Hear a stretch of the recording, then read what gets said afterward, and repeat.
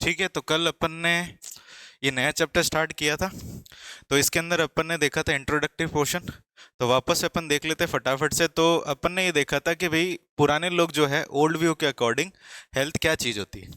तो जो आपके हिपोक्रेट्स थे या फिर जो अर्ली ग्रीक साइंटिस्ट थे, उन्होंने ये बताया था कि हेल्थ जो होती है आपकी स्टेट और बॉडी की माइंड, ठीक है ना, state of body and mind है, जो क्या करता है कि अलग अलग ह्यूमर के हिसाब से चेंज होता है।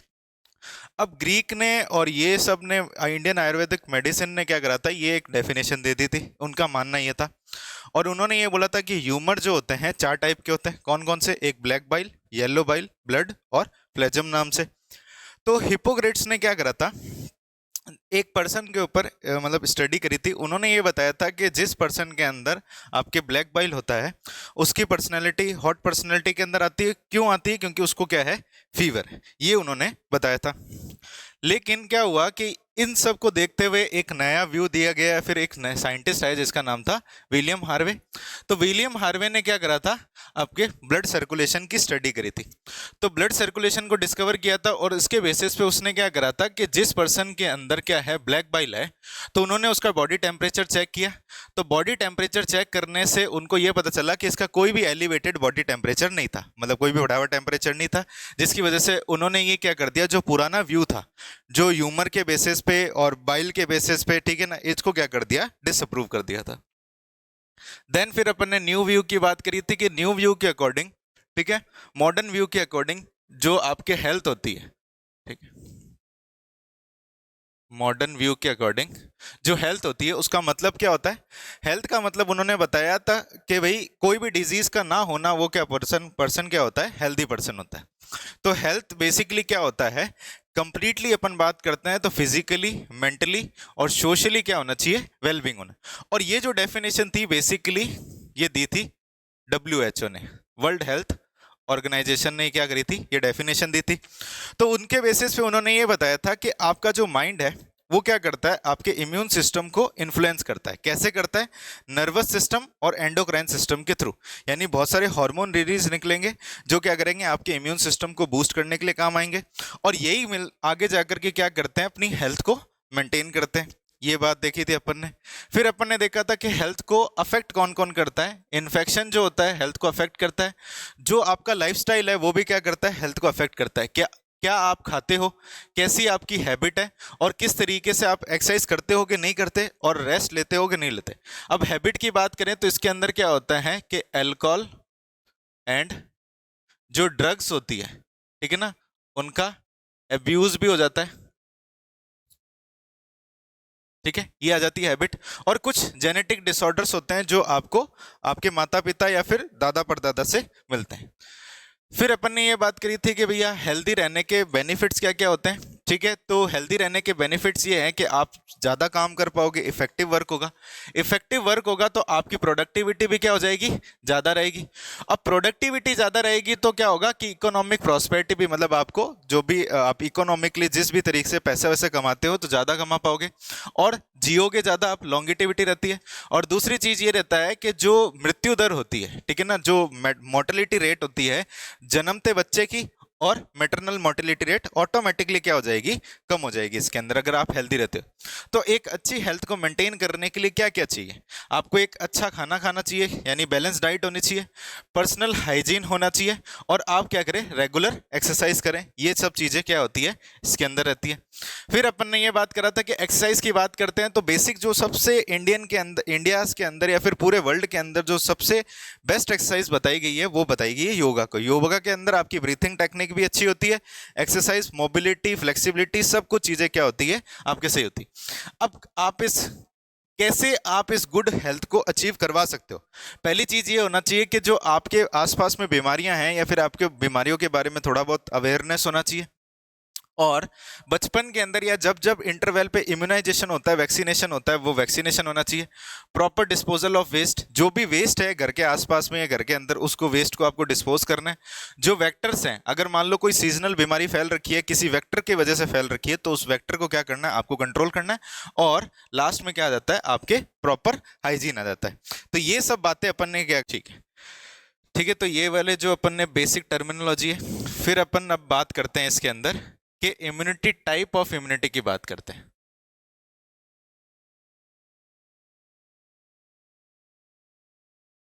तो अपनी बॉडी के अंदर बेसिकली दो टाइप की इम्यूनिटी आती है, ठीक है।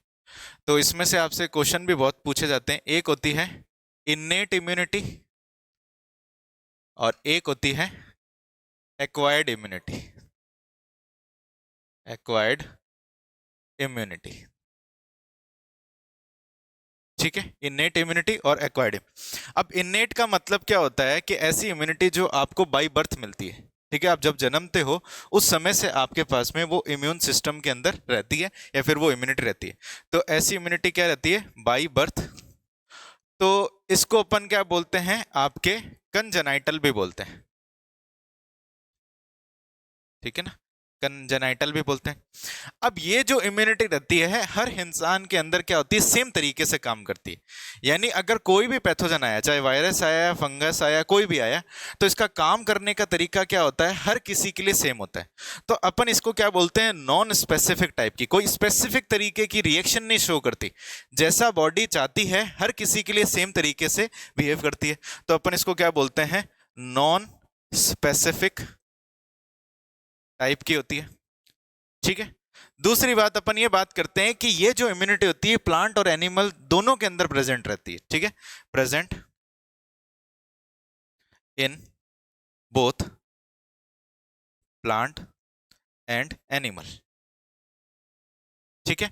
अब हो सकता है प्लांट के अंदर जो है फॉर्म अलग अलग हो, जैसे अपन इसमें बात करेंगे स्किन की बात करेंगे, ठीक है ना, आपके कुछ सेल्स की बात करेंगे, आपके अंदर म्यूकोसा की बात करेंगे, कुछ स्पेशल टाइप के और सेल्स की बात करेंगे, बैरियर्स की बात करेंगे। तो उनका हो सकता है प्लांट के अंदर जो फॉर्म है, जैसे अपने पास में स्किन है, उनके पास में प्रोटेक्शन के लिए कुछ और हो, ठीक है। तो ये चीज होती है। और खास बात ये होता है कि इसमें कोई भी मेमोरी नहीं होती, नो मेमोरी। अब मेमोरी का मतलब क्या चीज होता है, जैसे कि आप इसको सिंपल सी भाषा में बात बताते हैं कि जब आपको पहली बार कोई बीमारी होती है तो वो एक इतनी तरीके से या फिर आपकी बॉडी को बहुत ज्यादा मतलब नुकसान पहुंचाती है। क्यों? क्योंकि उसके लिए अपने पास में कोई भी इम्यूनिटी नहीं होती। अब जब आप उस बीमारी से रिकवर कर लेते हो तो इसका मतलब क्या है, आपकी बॉडी के अंदर बहुत सारी उस बीमारी के लिए क्या आ जाती है, एंटीबॉडी आ जाती है। यानी ठीक है, मेमोरी आ गई आपके, एंटीबॉडी का मतलब ही एक तरीके से यह है कि मेमोरी का आ जाना। अब जब दूसरी बार ये बीमारी आएगी तो आप की बॉडी पहले से ही प्रिपेयर है और बनी बनाई एंटीबॉडी प्रेजेंट है, या फिर आपकी सेल्स के पास में मेमोरी आ चुकी है कि ताकि उस सेल्स को क्या करे, जो बाहर से पैथोजन आया था उसको मार सके। इतनी बात समझ में आई? तो इसमें जो अपने बॉडी के अंदर जो सेल्स होती, ठीक है, जैसे कि बॉडी की जो मैक्रोफेज सेल्स होती है, ठीक है, वो आती है इसके अंदर। न्यूट्रोफिल सेल्स होती है, वो आती है इसके अंदर, ठीक है। और natural killer cell NK cell जो होती है वो आती है इसके अंदर, एक्सेट्रा बहुत सारी सेल्स जो होती है इसके अंदर आती है, जो आपकी बॉडी के डिफेंस के लिए काम में आती है, ठीक है। ये चीज बात कर। अब अपन बात करते हैं एक्वायर्ड इम्यूनिटी के लिए। तो एक्वायर्ड इम्यूनिटी के लिए क्या चीज होता है कि ऐसी इम्यूनिटी जो आपको क्या मिलती है, आफ्टर बर्थ, ठीक है, बर्थ के बाद में मिलती है। तो इस तरीके की इम्यूनिटी को अपन क्या बोलते हैं, एडेप्टिव। अब एडेप्टिव का मतलब क्या चीज होता है कि मान लो कि जो जो बीमारी आपको लगी बचपन से लेकर के अब तक, तो उसके खिलाफ क्या है, आपकी बॉडी ने क्या करा, पहले उससे मतलब नुकसान हुआ, उसके बाद में आपकी बॉडी ने क्या करा, उसके हिसाब से अडेप्ट करते गए। तो ये जो इम्यूनिटी होती है, जितना ज्यादा एनवायरनमेंट के कांटेक्ट में इंसान आता है तो उस समय वो पैथोजन अंदर जाता है, वो हार्म करता है अपनी बॉडी को, और आपकी बॉडी क्या करती है, उसके खिलाफ क्या करती है, एंटीबॉडी बनाती है, या फिर उसके खिलाफ क्या करती है, इम्यूनिटी डेवलप करती है। तो ये जो इम्यूनिटी होती है अपन बेसिकली क्या करते हैं, अडेप्ट करते हैं। समय के साथ साथ में क्या होती है, अपनी बॉडी क्या कर लेती है, उसको अडेप्ट कर लेती है, इसलिए अडेप्टिव बोलते हैं। और खास बात यह है कि जैसे इसको अपन ने नॉन स्पेसिफिक टाइप की बोला था, ये क्या करती है कि आपकी बॉडी के अंदर कुछ स्पेसिफिक तरीके से काम करती है, ठीक है। तो इसलिए इसको अपन क्या बोलते हैं, स्पेसिफिक टाइप, ठीक है, स्पेसिफिक होती है।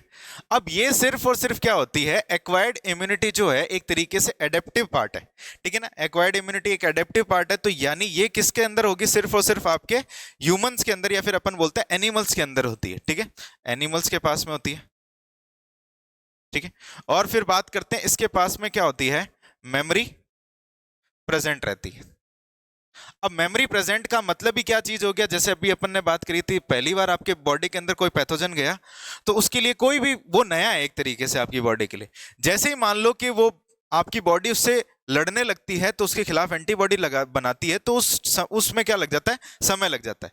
लेकिन उस समय में क्या कर लेती है, वो जो सेल्स होती है जिनसे ये लड़ती है, जिन पैथोजन से, उसके अंदर क्या आ जाती है, मेमोरी आ जाती है। तो जब दूसरी बार वो पैथोजन आएगा तो उसको ये पता रहेगा कि इसके लिए कैसे काम करना है और इसके खिलाफ क्या होता है, उनके पास में मेमोरी प्रेजेंट रहती है। ठीक है, तो इनमें कुछ आती है आपके स्पेशल टाइप की एंटीबॉडीज वगैरह आती है। ठीक है, तो ठीक है, तो देखो इसके अंदर जो एग्जाम्पल आते हैं,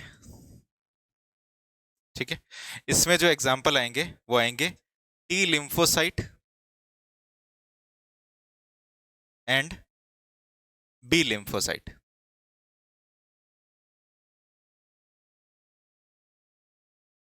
ठीक है, इतनी बात समझ में आई आपको क्या चीज है। तो अब देखो ये स्पेसिफिक और नॉन स्पेसिफिक को थोड़ा सा अपन समझ लेते हैं। जैसे नॉन स्पेसिफिक के लिए समझते हैं कि मैं आपको ये बताता हूं, जैसे मान लो कि इसमें क्या होता है कि जो एंट्री ऑफ पैथोजन होता है, ठीक है ना, एंट्री ऑफ पैथोजन। तो जब एंट्री होती है पैथोजन की, पैथोजन का मतलब क्या होता है, डिजीज कॉजिंग ऑर्गेनिज्म। जब एंटर करता है तो इसके लिए कोई स्पेशल टाइप की रिएक्शन नहीं होती, ठीक है ना, no special type of mechanism, कोई भी स्पेशल टाइप का मैकेनिज्म नहीं होता। ठीक है, और यहां पे स्पेसिफिक के अंदर क्या होता है कि अपन ये बोलते हैं कि डिफरेंट पैथोजन के लिए, ठीक है, अपन बोलते हैं स्पेसिफिक मैकेनिज्म होती है।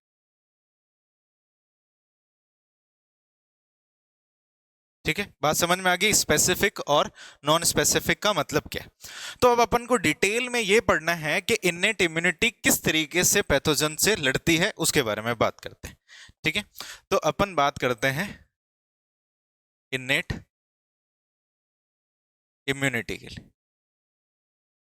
ठीक है, अब इन्नेट इम्यूनिटी के अंदर क्या होते हैं, अलग अलग टाइप के बैरियर्स होते हैं। तो इसमें क्या होते हैं, 4 डिफरेंट टाइप ऑफ बैरियर्स होते हैं।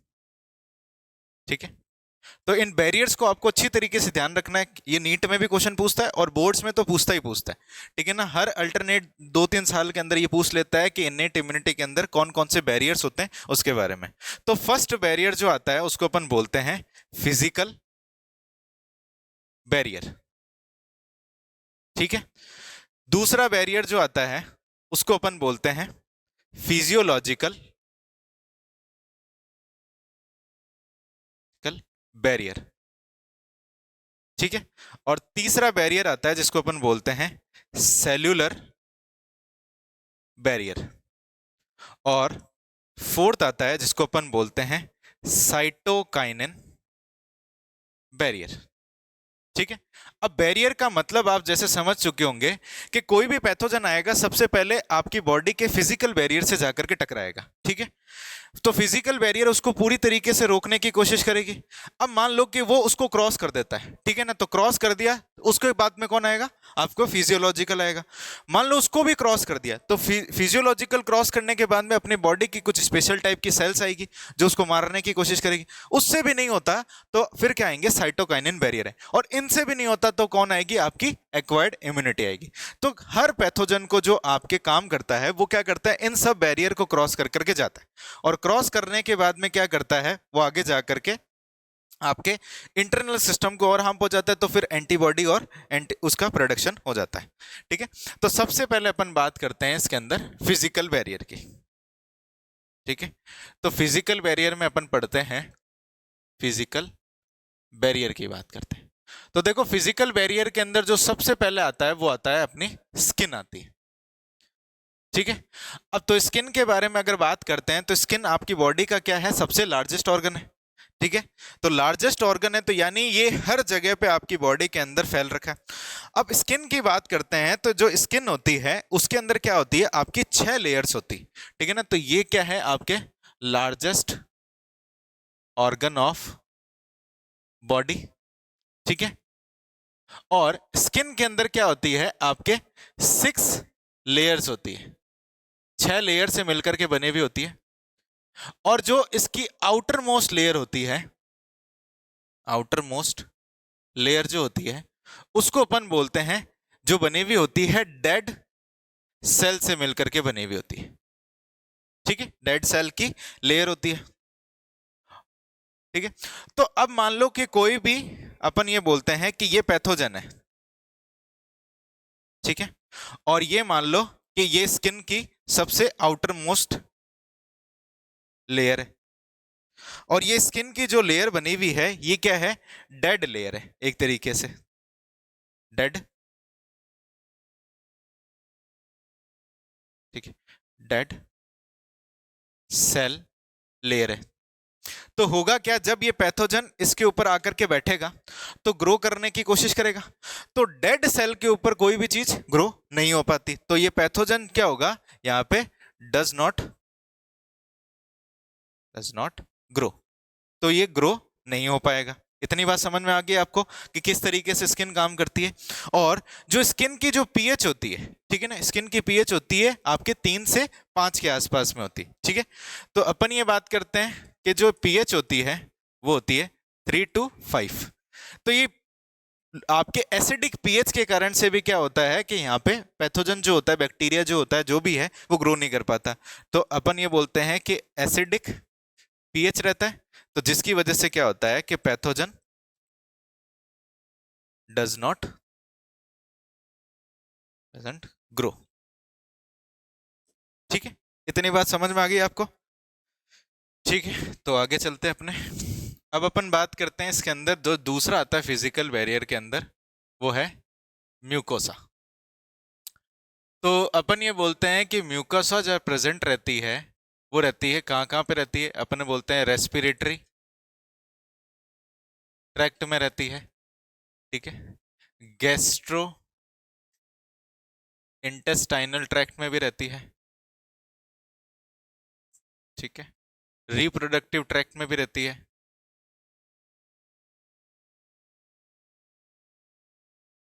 तो यहाँ पे जो म्यूकोसा का जो सिक्रीशन होता है, ठीक है ना, म्यूकोसा क्या करती है, कुछ सिक्रीशन करती है। तो वो सिक्रीशन क्या करता है कि उस पैथोजन को ग्रो नहीं होने देता। ठीक है ना, does not grow the pathogen, pathogen को ग्रो नहीं होने देता। तो अल्टीमेटली क्या हो जाता है, प्रोटेक्शन वहां पे एक तरीके से हो जाता है कि वहां पे एक बैरियर बन जाता है कि अगर स्किन को भी उसने क्रॉस कर लिया तो इंटरनल ऑर्गन में जाने से पहले कहां पे मिलेगी, उसको म्यूकोसा के अंदर मिलेगी, और म्यूकोसा क्या कर देगी, उसको ऑटोमेटिकली उस पैथोजन को डिस्ट्रॉय कर देगी। अब इसके बाद में जो सेकेंड नंबर बैरियर आता है उसको अपन क्या बोलते हैं, फिजियोलॉजिकल बैरियर आता है। अब फिजियोलॉजिकल का मतलब ये होता है कि जो भी आपके बॉडी के इंटरनली जो चल रहा है, जैसे कि बॉडी की पीएच होगी, बॉडी का टेम्परेचर हो गया, ये सब चीजें क्या है, एक आपके फिजियोलॉजिकल बैरियर की तरह काम करता है। जैसे इसमें नीट में क्वेश्चन पूछा जाता है कि नीट में ये भी पूछते हैं कि फिजिकल बैरियर के अंदर कौन कौन आता है और फिजियोलॉजिकल के अंदर भी कौन कौन आता है। तो फिजियोलॉजिकल बैरियर के अंदर आता है, जैसे अपन ये बोलते हैं कि फीवर आता है। ठीक है, एसिडिक पीएच ऑफ एसिडिक, ठीक है, एसिडिक पीएच ऑफ स्टमक। ठीक है, स्टमक की एसिडिक पीएच। ठीक है, वेजाइनल पीएच। और ईयर के अंदर अपन बोलते हैं, ईयर के अंदर अपने क्या होता है, ईयर वैक्स होता है।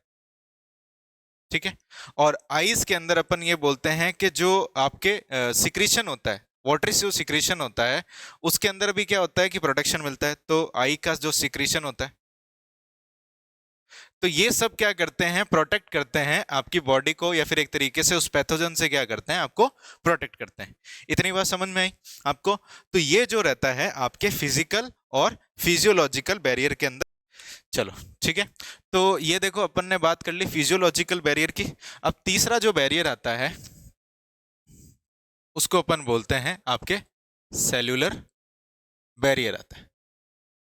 अब देखो सेल्यूलर बैरियर की अगर बात करते हैं तो इसमें 2 टाइप की आपकी सेल्स आती है। एक ऐसी सेल, ठीक है, जिसको अपन बोलते हैं फैगोसाइटिक सेल बोलते हैं, और एक सेल होती है जिसको अपन क्या बोलते हैं, नॉन फैगोसाइटिक साइटिक सेल्स बोलते हैं।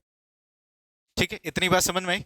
तो दोनों का काम करने का तरीका क्या है, अलग अलग है। तो सबसे पहले अपन ये देखते हैं कि इसके अंदर फैगोसाइटिक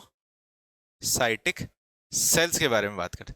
तो फैगोसाइटिक सेल क्या करेगी, जो पैथोजन होगा उसको कैसे किल करेगी, bye the help of phagocytosis, एक तरीके का मैकेनिज्म होता है। तो ये क्या करती है, kill pathogen by the help of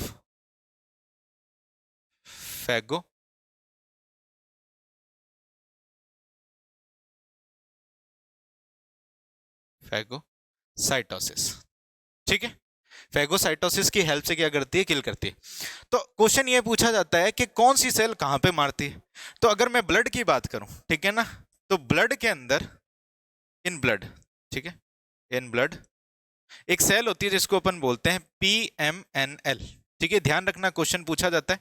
PMNL की फुल फॉर्म होती है प्लूरो, ठीक है, पॉलीमॉर्फो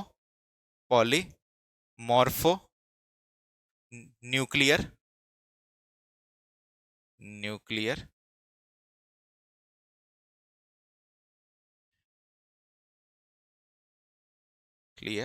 सेल्स। ठीक है, पॉलीमॉर्फो न्यूक्लियर सेल्स भी बोलते हैं इसको, और अपन क्या बोलते हैं, पॉलीमॉर्फो न्यूक्लियर ल्यूकोसाइट्स भी बोलते हैं। ठीक है, पॉलीमॉर्फो न्यूक्लियर सेल्स, और इसको अपन क्या बोलते हैं, ल्यूकोसाइट्स बोलते हैं। इतनी बात समझ में आई आपको। तो ये क्वेश्चन पूछा जाता है आपके, ब्लड के अंदर कौन सी ऐसी फैगोसाइटिक सेल्स होती है, PMNL सेल्स होती है। दूसरी बात करते हैं कि अपन ये बोलते हैं कि सेल्स के पास में कौन सी होती है। जैसे एक टिश्यू लेवल पे या फिर सेलुलर लेवल पे बात करते हैं, तो वहां जो सेल्स होती है वो होती है मैक्रोफेज। अब ये मैक्रोफेज कैसे बनी, इसको आपको समझना पड़ेगा कि किस तरीके से बनती है। तो अपन ये मान के चलते हैं कि जैसे अपने ब्लड के अंदर एक सेल्स होती है जिसको अपन बोलते हैं मोनोसाइट। ठीक है, मोनोसाइट्स होती है। अब क्या होता है कि मान लो कि जो साइट ऑफ इंफेक्शन है वो आपका इधर से कुछ दूर है। यहां पे मान लो कि ये जो टिश्यू था, यहां पे क्या है, साइट ऑफ इंफेक्शन है। ठीक है, अब ये क्या करेगा, जो मोनोसाइट होगा ये यहां से क्या करेगा, अपने जो आपकी ब्लड कैपिलरीज होती है उसमें बीच बीच में छोटे छोटे से स्पेस होते हैं, ये यहां से इसको क्या करेगा, बाहर निकलेगा। और बाहर निकलने के बाद में ये क्या करता है, खुद को कन्वर्ट कर लेता है। जब आपके टिश्यू साइट पे जाता है, इसको कन्वर्ट कर लेगा ये किसमें, मोनोसाइट के अंदर, सॉरी मैक्रोफेज के अंदर कन्वर्ट कर लेगा। ये यहां जाएगा और खुद को क्या कर लेगा, मैक्रोफेज में कन्वर्ट कर लेगा। ठीक है, इतनी बात समझ में आई आपको कि किस तरीके से हुआ। तो मोनोसाइट जो थी वो ब्लड के अंदर पड़ी थी।